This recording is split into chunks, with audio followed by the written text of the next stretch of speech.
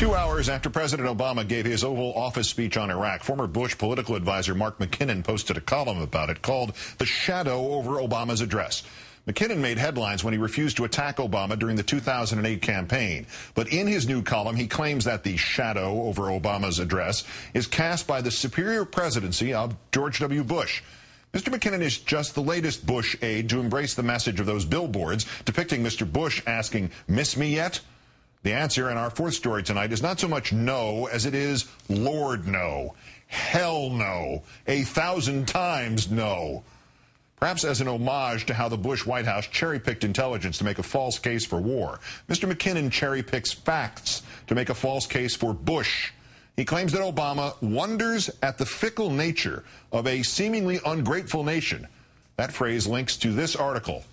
Obama, Tea Partiers should thank me for tax breaks. Tea Partiers, not nation, Tea Partiers. Time, McKinnon also writes, is already softening judgment on Bush's legacy. The link there to one analyst's opinion that the last 2 years, quote, potentially could put Bush in a better light. Bush's handling of Katrina is more popular in a Louisiana poll than Obama's handling of the BP spill, McKinnon writes. The link there goes to an article pointing out that Louisiana is a Republican state and reporting the pollsters' caveat that many of those who would have favored Obama were not counted in the poll. Why? Because they no longer live in Louisiana, and 1,600 of them no longer live at all.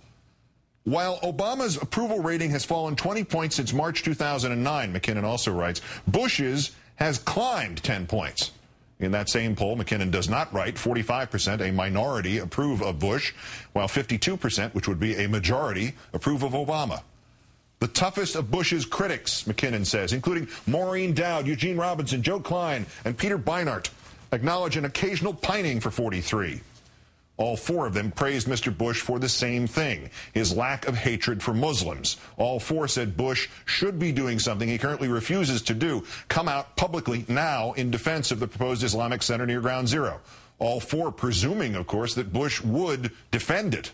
Yes, Klein's column is titled Missing George W., and if Mr. McKinnon had read the article, he would see right below that title that the very first sentence says, quote, well, not really.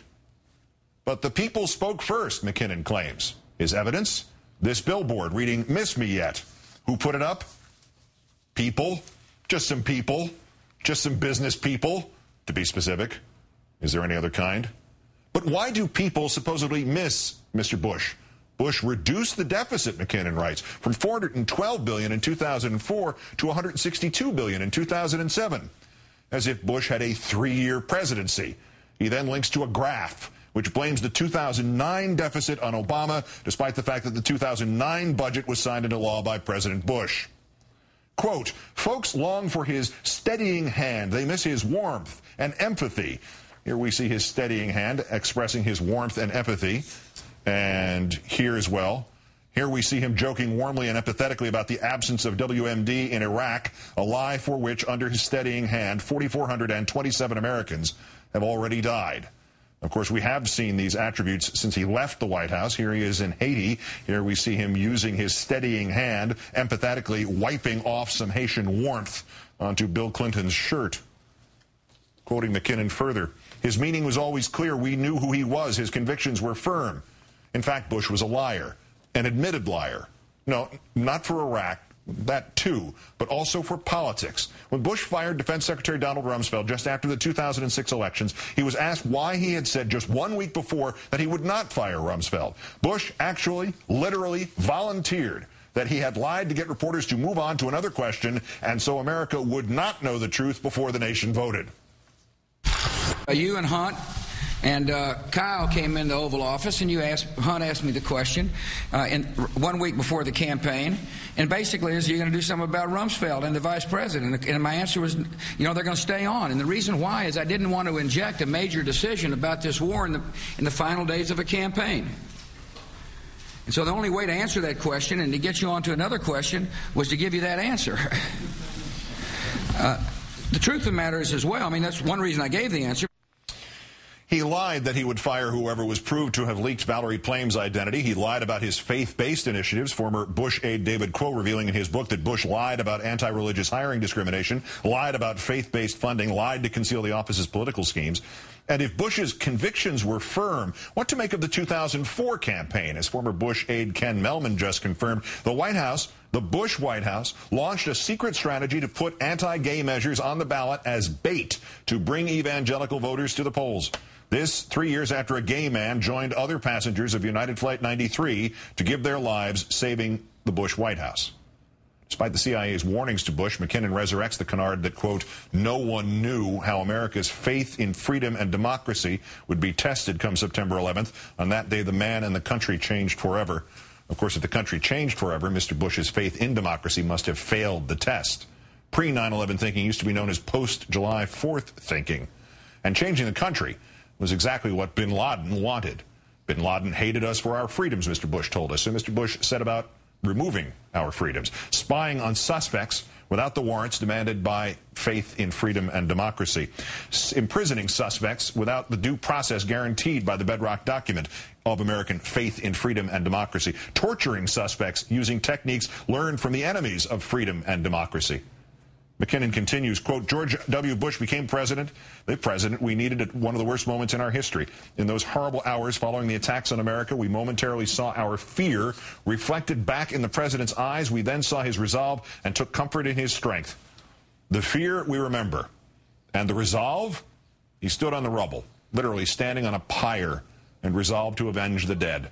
6 months later, we no longer saw that resolve. He truly was not that concerned about bin Laden.